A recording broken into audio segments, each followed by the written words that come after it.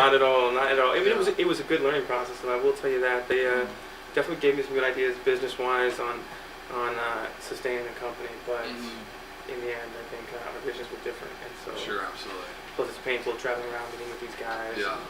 And like I said, we have an entirely different vision on what we want with the company. So. Absolutely. And when you're an entrepreneur, your vision is your vision. Yeah. And no one's going to take you away from that vision. It's what you want. So we've started the company. We've got a URL. You guys have got part-time jobs on the side to make sure we fund this business. You're a doctor. Janai, you were doing water polo camps. I don't think being a doctor is really a part-time job. That's true. I guess, but yeah. Yeah. It's the same idea. It's like you said before the interview. Every waking moment you have, not being a doctor, you're on your software guys. You're continually building the brand, so on and so forth. So we have the company, we have our jobs on the side, whether it's a full-time doctor job or your water polo camps and speaking at public events. How about networking? Janai, you spoke a little bit about mentors. Who are some of the people that you guys went to? Where did you go? Did you go to websites? Did you go to old friends in the past, maybe water polo coaches? Who did you guys go to when you first had these ideas? Honestly, relationships, pre-existing relationships. Really? Very fortunate. I don't really come from a very business-oriented family background, but through the water polo community, through my sports community, my educational background, I've come across great friends. I was in the education world, education world in the past. I was actually local school here in Orange County, Sage Hill School. I was the dean of students and also taught and coached water polos there as well. Made some great connections there. I never even knew they were going to pan out to become possible business mentors in the future. Sure. But I pretty much listen to everybody. Absolutely. And try and take advice from everybody. Not necessarily that I'm going to run with anything in particular, but I try and take that in the process and see how I could possibly apply it to my own company.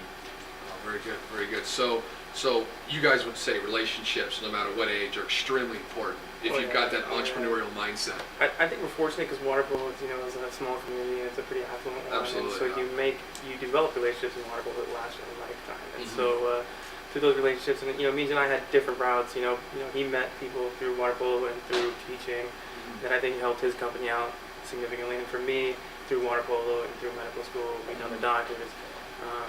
All those people, you develop a relationship with, and it's like one of those things, you remember the people on the way up, they'll forget you on the way down. Absolutely. So you got to maintain those relationships, and those are the people that you ask. And fortunately, also, I think in the business world, in medicine, in water polo, things that make you succeed are the same. Self-motivation, discipline, responsibility. Absolutely. Those things apply to all. Nothing's going to be easy. No, and that's right. we kind of learned through our sport how to do it, and we've done those things, I think. So let's say someone, we've got two gentlemen here that have been in the Olympics. You guys, your networking is probably a little nicer than someone who hasn't played sports in their lives. Where would you recommend someone to go, or for a young man or woman to do if they hadn't played sports, they didn't grow up in a affluent community? Where would you start? Where would you recommend them to start? I know Janai, and I think you too, Omar, speak publicly at some of these schools. I know Janai, you spoke last week at the Sports Museum here in Orange County. What are some of the things that you tell these youngsters on relationships and where to go to kind of grow up a little bit? I think it's a little bit different. When I'm talking to younger kids, I just tell them to enjoy the process. Sure. Have fun with your friends. Treat everybody else like you want to be treated yourself. And for me, it's worked out great because, I said I didn't come from a business background. My father's always taught me that, and so everyone that I've been, nice to, basically, for my entire life is, I guess kept that in mind and kept it to heart, valued my friendship as much as I valued theirs, and they've just given back to me. I think whether people know it or not, they have their own network of friends, of colleagues and mentors. It doesn't matter what industry you're in. Obviously you can venture out and make new friends and new colleagues, go to BMI groups or join your local chamber of commerce, those types of things. Sure, absolutely. But it's surprising, we have a really good society of people who want to help people. If you're a good person, whether you have, a business background or not, if you're a good person, people are going to want to help you. Absolutely. And you'll find people along the way that have more experience, and you just have to listen to them and appreciate it. Never take anything for granted. Absolutely. Listen to everyone. Yeah, I agree. It's kind of 6 degrees of separation. You don't need the water polo network or whatever it is to find those people. The people that I find that have been working with me have been friends of friends of friends. and you just can't be afraid to start emailing and asking questions that some people might think are stupid, but you have to ask and not be afraid to pursue them, and sometimes you find a guy that might be friends of a friend or a cousin of a friend who is willing to help you, and you just follow that chain, and you sometimes if you want to be being CFOs, vice presidents, CEOs, and they have things to offer you, like Janai says. And you don't necessarily run with everything, but they put you in touch with the right people that you need. Absolutely, it makes you think a little bit, even though you don't agree, it makes you think a little bit. Exactly. Okay, so we've talked about money, we've talked about the idea, we've talked about having a full-time job or a part-time job, we've talked about networking. How's management? How's hiring? Have you guys gone down the road yet of finding, I've always heard it's always about the who first and then about the what. How do you find good people to work for you? Have you guys gone down some of those roads yet? I think I've talked to a lot of business owners now, and everybody wants to clone himself. That would be that's a scary proposition. That's obviously not going to happen. So you want to find someone that has your same characteristics as far as drive and motivation to do things on your own, but with expertise in whatever division or you might be hiring that person for. Absolutely.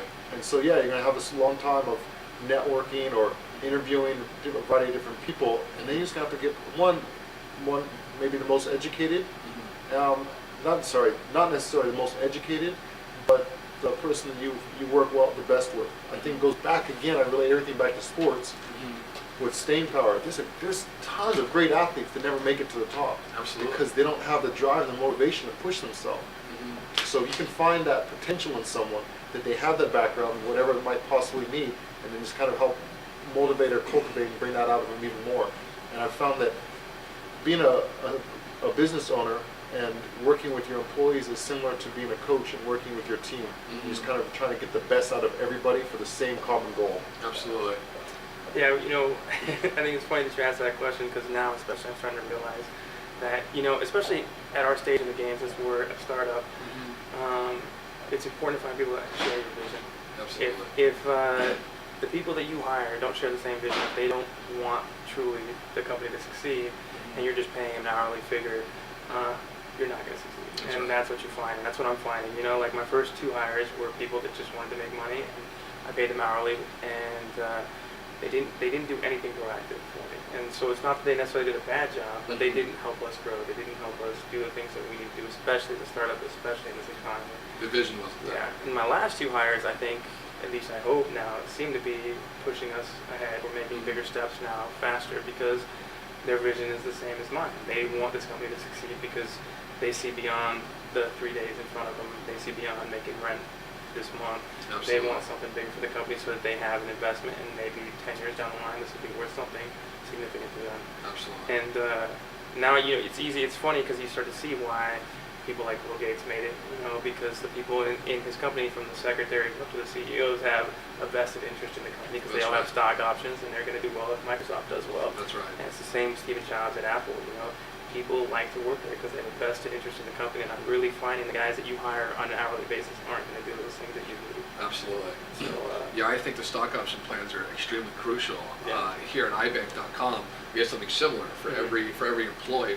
For every $1,000 made at the company, an employee earns 1 share of stock, and it hopefully makes the employee think like an owner. Yeah, exactly. And they have a vested interest in the company. And we're doing something very similar with our company. It's very similar. It's not necessarily money making now because we're not at the stage. So for us, it's a time investment. So the time that you put into the company, you get stock shares, stock options. And so it's been working so far, and hopefully it'll continue to work. Very good. But so for all the iBank viewers out there, starting your own company, guys, how many hours a day do you think about your company? 24 hours a day. 24 hours a day. You think about your company every waking minute, or do you even sleep? Pretty much. These days, not too much. Yeah, it's the same way, and I never expected myself to be like that. You never want to be that workaholic type person. That's right. It's not necessarily a bad thing. Sure. You have to try and keep a balance, but you are, honestly, or myself, I'm constantly thinking about ways to improve things. That's or right. just kind of continue to grow the company. So, it's optimal point this, optimal point that. Yeah. And you just have to keep everything in perspective. Yeah. It's like your friends almost start saying, I don't want to hang out with you anymore because you talk about work all the time. It's funny, yeah, right. Monkey beans doesn't mean anything. Now it's in my head permanently. Monkey beans this, monkey beans that. It's just like he's saying, it's just all you think about. Yeah, absolutely. Well, gentlemen, I want to thank you very much for coming out this afternoon. Thank you very much. I really appreciate it. Thank you for having us. And hopefully we'll see you guys soon sometime. Yeah.